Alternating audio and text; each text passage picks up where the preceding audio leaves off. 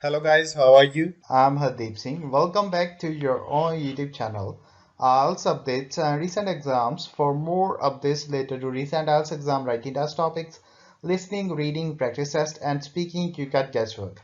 Please, guys, participate in everyday listening and reading practice test to achieve your desired band score in your actual IELTS exam.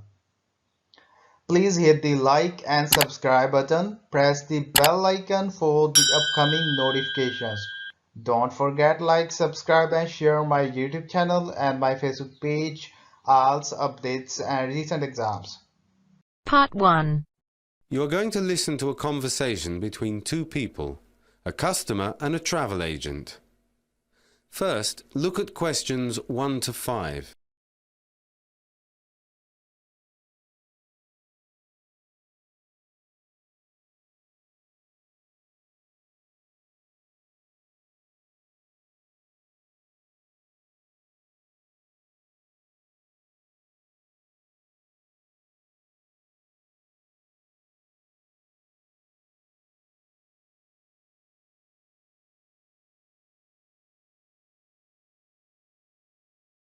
Good morning. Can I help you?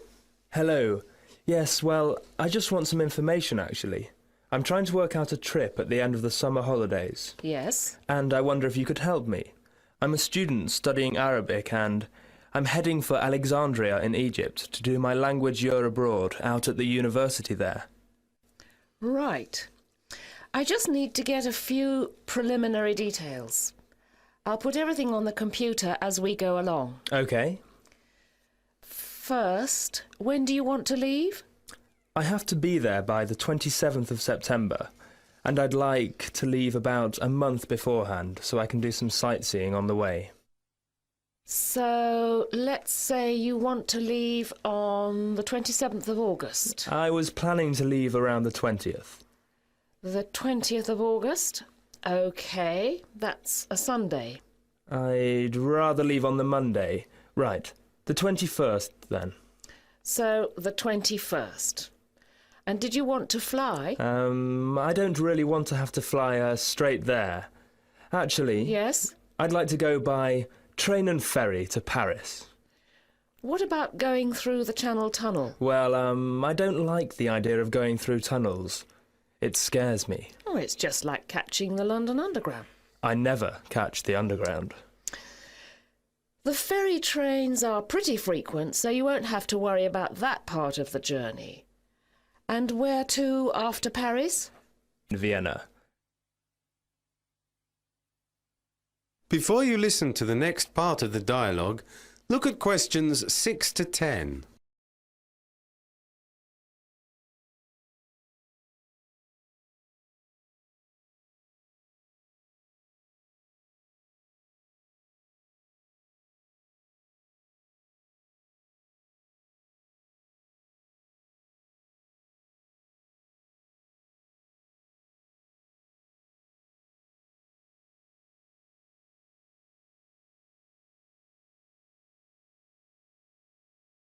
From Paris to Vienna? By plane or train? Train. I'd like to travel overnight, so I'd like a sleeper if possible. Right. A sleeper to Vienna from Paris. Right. There's an early morning train to Vienna, the 7:50, but that won't work because you want an overnight train. But then there's one at 17:49. Right. And you're lucky because they leave from the Gare de l'Est, which is right next to the Gare du Nord station where the ferry train comes in. Brilliant. So that gets into Vienna at 8:35 the next morning. You see, that bit of the journey alone costs, let me see, £141.80.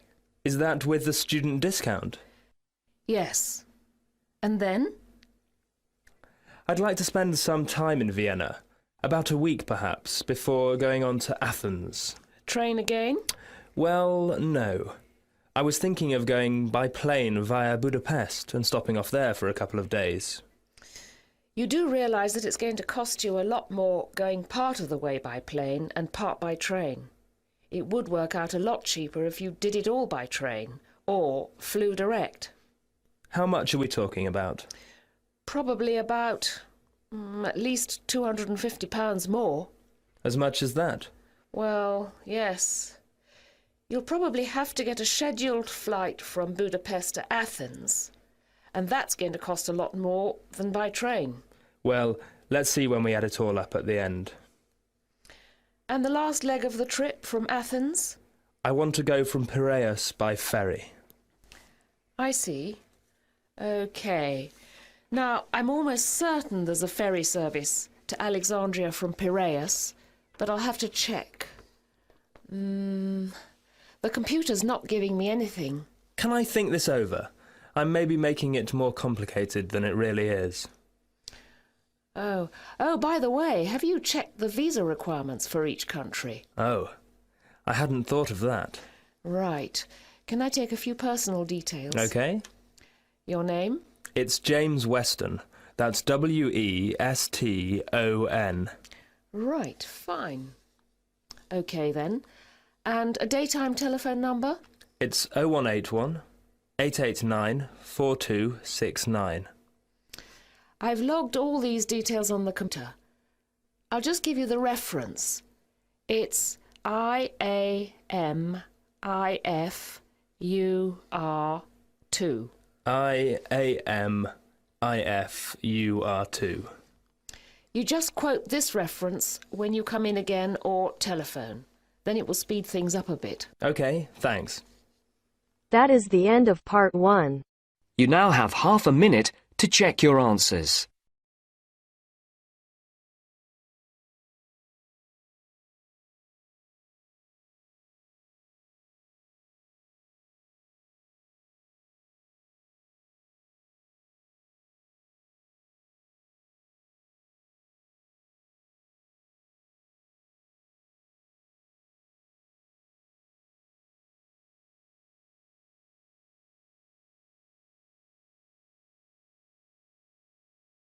Now turns to part 2. You're going to hear a radio broadcast called Postbag. First, look at questions 11 to 16.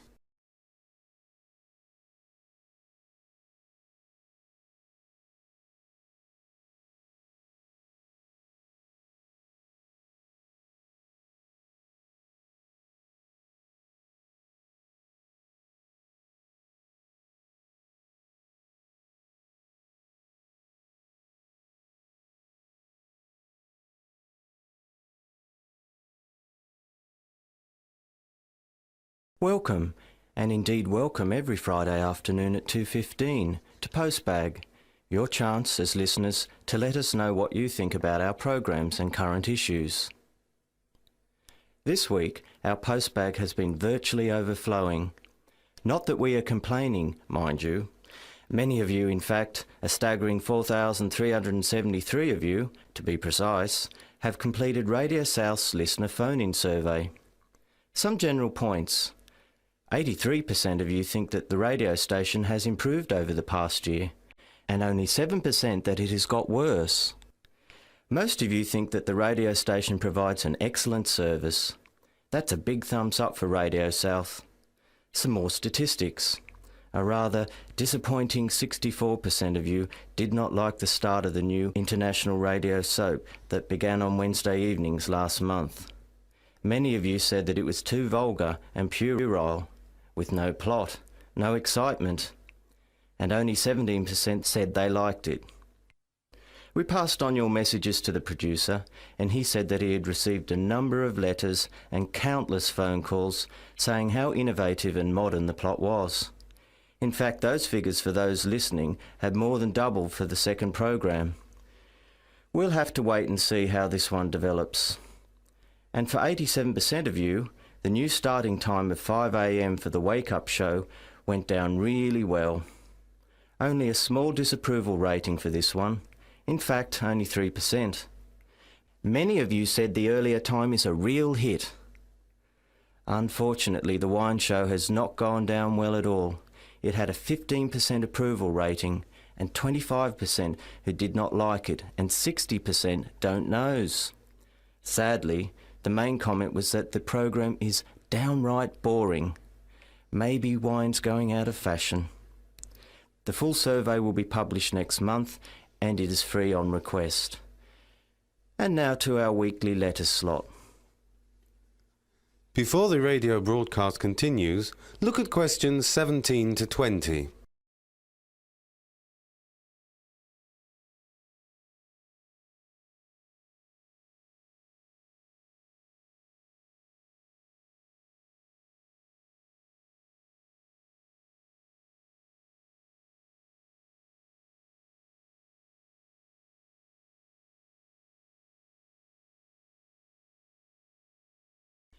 Sharon from Tasmania has written in to say that she has tried to get through on the telephone to our new message line to leave a message on the voice box, but she finds it too complicated.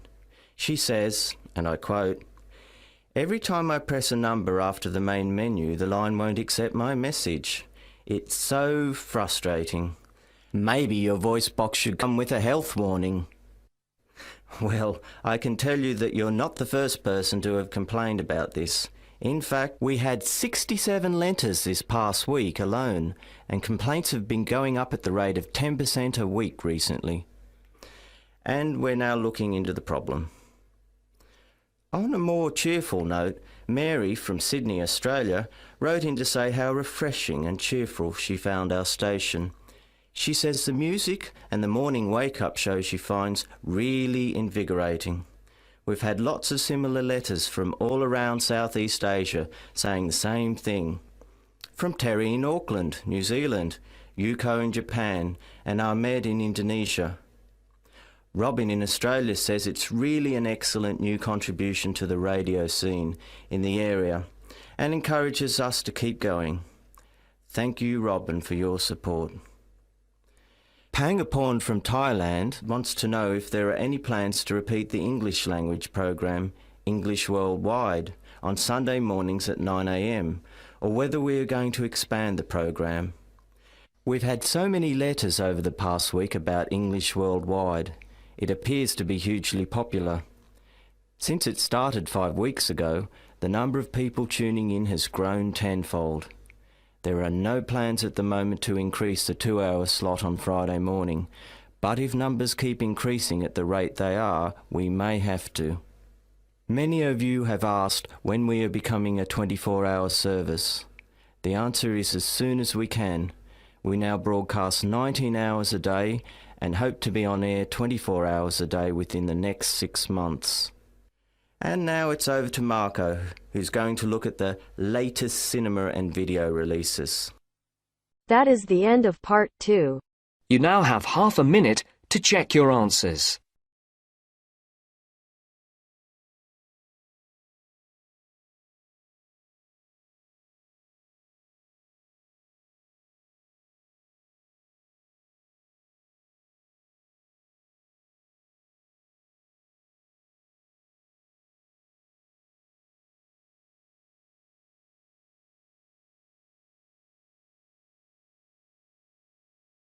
Now turns to part 3. You will hear a discussion between 3 people in a university tutorial. In the first part of the discussion, they're talking about city traffic and the motor car. First, look at questions 21 to 24.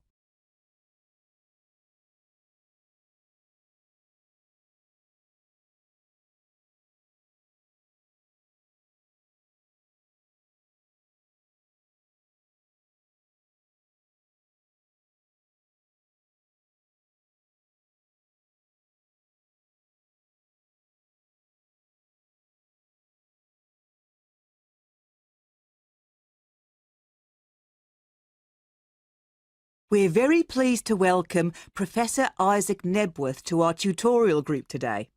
And he's come to share one of his pet passions with us, city traffic and our Western dependence on the motor car. I believe questions are quite welcome throughout. Thank you. Well, I know you're all very familiar with the superhighway here in Melbourne. But do superhighways automatically lead to super wealth, as our politicians would have us believe? I think not. Can you give us an example of what you mean exactly? Sure. Well, by continuing to encourage this dependence on the motor car, We simply create more congestion and more urban sprawl.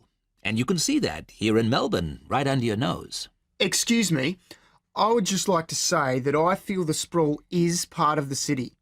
The freeways mean people can enjoy the benefits of living away from the centre on larger blocks with gardens, but still be able to drive back into the city centre for work or entertainment. Well, I'm not convinced that people want to do that. And is our money being well spent? It may be okay for you now, but come back to me in 5 years' time. Let's take CityLink, for example, the new freeway here in Melbourne.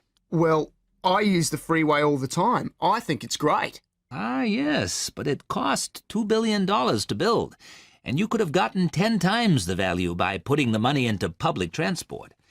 If you give the automobile road space, it will fill that space, and you'll soon find you'll be crawling along your CityLink. But surely you cannot simply blame the car.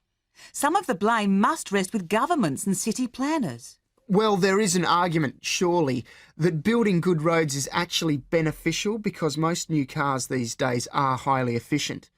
They use far less petrol than in the past, and emissions of dangerous gases are low.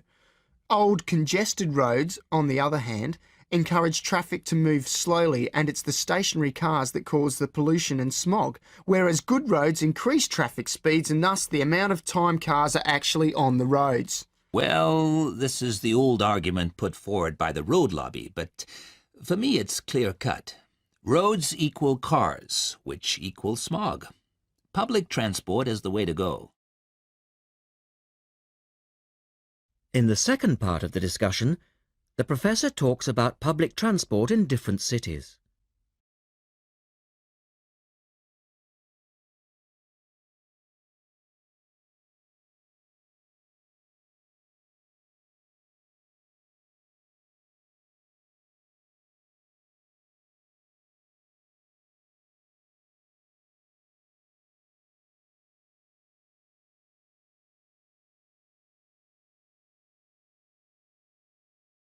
Now, on that topic of public transport, I read somewhere recently that Australia isn't doing too badly in the challenge to increase the use of public transport. Better than America, granted. But by comparison with Canada, it's not so good. For instance, if you compare Toronto with the U.S. metropolis of Detroit, only 160 kilometers away, in Detroit, only 1% of passenger travel is by public transport, whereas in Toronto it's 24%, which is considerably better than Sydney, which can only boast 16%. Well, I think it's encouraging that our least car-dependent city is actually our largest city. 16% of trips being taken on public transport in Sydney isn't too bad. But it's a long way behind Europe. Take both London and Paris, for instance, where 30% of all trips taken are on public transport. Well, they do both have an excellent underground system. And Frankfurt comes in higher still at 32%. I understand that they've been very successful in Copenhagen at ridding the city of the car. Can you tell us anything about that experiment? Yes, indeed. Copenhagen is a wonderful example of a city that has learned to live without the motor car. Back in the 1960s, they adopted a number of policies designed to draw people back into the city. For instance, they paid musicians and artists to perform in the streets. They also built cycle lanes, and now 30% of the inhabitants of Copenhagen use a bicycle to go to work. Sydney, by comparison, can only boast 1% of the population cycling to work. It could have something to do with all the hills? Then they banned cars from many parts of the city, and every year 3% of the city parking is removed. And by constantly reducing parking, they've created public spaces and clean air. Really? There are also freely available bicycles, which you can hire for practically nothing. And, of course, they have an excellent public transport system. Well, that's all very well for Copenhagen, but I'd just like to say that some cities are just too large for a decent public transport system to work well, particularly in areas with low population. Because if there aren't many people using the service, then they don't schedule enough buses or trains for that route. I accept that there's a vicious circle here, but people do need to support the system. And secondly, the whole process takes so long because usually you have to change. You know, from bus to train, that sort of thing. and that can be quite difficult. Ultimately, it's much easier to jump in your car, and often it turns out to be cheaper. Sure, but cheaper for whom? You or society? We have to work towards the ideal and not give in all the time because things are too difficult. Anyway, let's move on to some of the results of the survey, which I think you'll agree. That is the end of part 3. You now have half a minute to check your answers.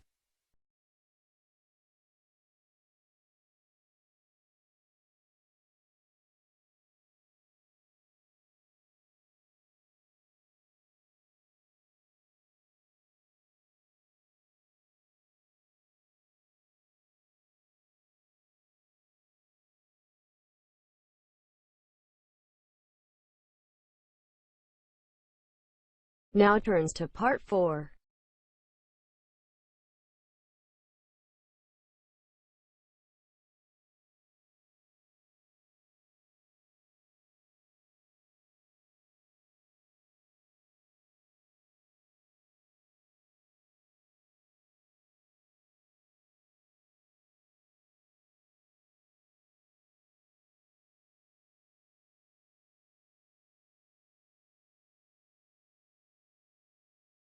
I'm going to give you a talk about a very big one. It's the giraffe, a tall, long-necked, spotted ruminant. Male giraffes are usually about 6 meters tall. Half of the giraffe's height comes from its neck, which is longer than its legs. A baby giraffe is 2 meters tall at birth. It can stand up by itself within a few minutes and can run well in about 2 days. A giraffe has big brown eyes which are protected by very thick lashes. Since it lives in parts of Africa which are usually dry with a great deal of dust, the lashes are an important source of protection. It can also cover its nostrils in order to protect its nose. It has 2 short horns on its head. Like the camel, the giraffe can go a long time without drinking water. One source of water is the leaves which the giraffe eats from trees. Since it is so tall, the giraffe can reach the tender leaves at the top of a tree. Giraffes usually live in small herds and often feed with other animals. Giraffes have 2 methods of self-protection. If something frightens an adult giraffe, it can gallop away at about 50 kilometers per hour, or stay to fight with its strong legs. Well, that's all I know about giraffes. Peter and Kate have met in the coffee bar and they are having coffee together. Hi there, how are you going with your tutorial next week? Oh, good. I've decided to talk about paper and its use. Fascinating, I'm sure. Yes, I think it's an interesting topic. Do you know how much paper you use every year? Well, I've never thought about that. I can't answer your question. I suppose you can tell me something about it. Okay.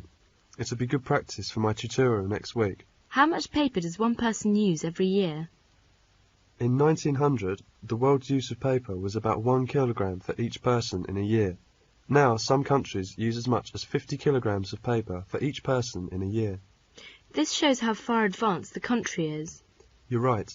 Countries like the United States, Britain, Japan, Germany and Sweden certainly use more paper than other countries. I'm very interested in the history of paper. Are you going to talk about it next week? Yes, of course. Where was paper first made? In China. The Chinese first made paper about 2,000 years ago. China still has pieces of paper which were made as long ago as that. But Chinese paper was not made from the wood of trees. It was made from the hair-like parts of certain plants. In Egypt and the West, paper was not very commonly used before the year 1400. The Egyptians wrote on papyrus, a kind of paper made from the pith of the stems of tall aquatic cyperaceous plants. Europeans used parchment for many hundreds of years. What was parchment? Parchment was made from the skin of certain young animals. They were very strong. We have learnt some of the most important facts of European history from records that were kept on parchment. Oh, I see. How about paper in Europe? Well, paper was not made in southern Europe until about the year 1100. Scandinavia, which now makes a great deal of the world's paper, but didn't begin to make it until 1500. It was a German named Schraffler who found out that the best paper could be made from trees. After that, Canada, Sweden, Norway, Finland and the United States became the most important in paper making. They are forest countries. Today, Finland makes the best paper in the world, and the paper industry of the country is the biggest in the world. New paper making machines are very big, and they make paper very fast. The biggest machines can make a piece of paper 300 meters long and 6 meters wide in 1 minute. Oh my goodness, that's amusing. What are the uses of paper? Paper is used for newspapers, books, writing paper, envelopes, wrapping paper, paper bags. Yes, only half of the paper that is made is used for books and newspapers. Have you got an idea about other uses of paper? No, I'm afraid not. There are many other uses. Paper is very good for keeping you warm. Houses are often insulated with paper. You have perhaps seen homeless people asleep on a large number of newspapers. Yes, I have. So they're insulating themselves against the cold. You are right. In Finland, it is very cold in winter. It is sometimes 40 degrees below 0 centigrade. The farmers wear paper boots in the snow. Nothing could be warmer. Oh, that's unbelievable. Now more and more things are made of paper. We have had paper plates, cups and dishes for a long time. But now we hear that chairs, tables and even beds can be made of paper. With paper boots and shoes, you can wear paper hats, paper dresses and paper raincoats. When you have used them once, you throw them away and buy new ones. You know, the latest in paper seems to be paper houses. These are not small houses for children to play in, but real, big houses for people to live in. You can put one up yourself in a few hours, and you can use it for about 5 years. Fascinating. People have made paper boats, but they have not yet made paper planes or cars. Just wait, they probably will. Well, I'm sure your tutorial will go really well. That is the end of part 4. You now have half a minute to check your answers. So guys, don't forget like, subscribe and share my YouTube channel and my Facebook page, IELTS updates and recent exams. For more updates related to recent IELTS exam writing test topics, listening, reading, practice test and speaking, you got guesswork. Please guys, participate in everyday new IELTS listening and reading practice tests to achieve your desired band score in your actual IELTS exam. For more IELTS material, visit my official website www.ieltsupdatesandrecentexams.com. The link is given below in the description. If you need PDF files of latest IELTS material, then please join my Telegram channel. So guys, please write your score below the comment section. Again, thanks for listening. God bless you all guys. Stay tuned, stay safe.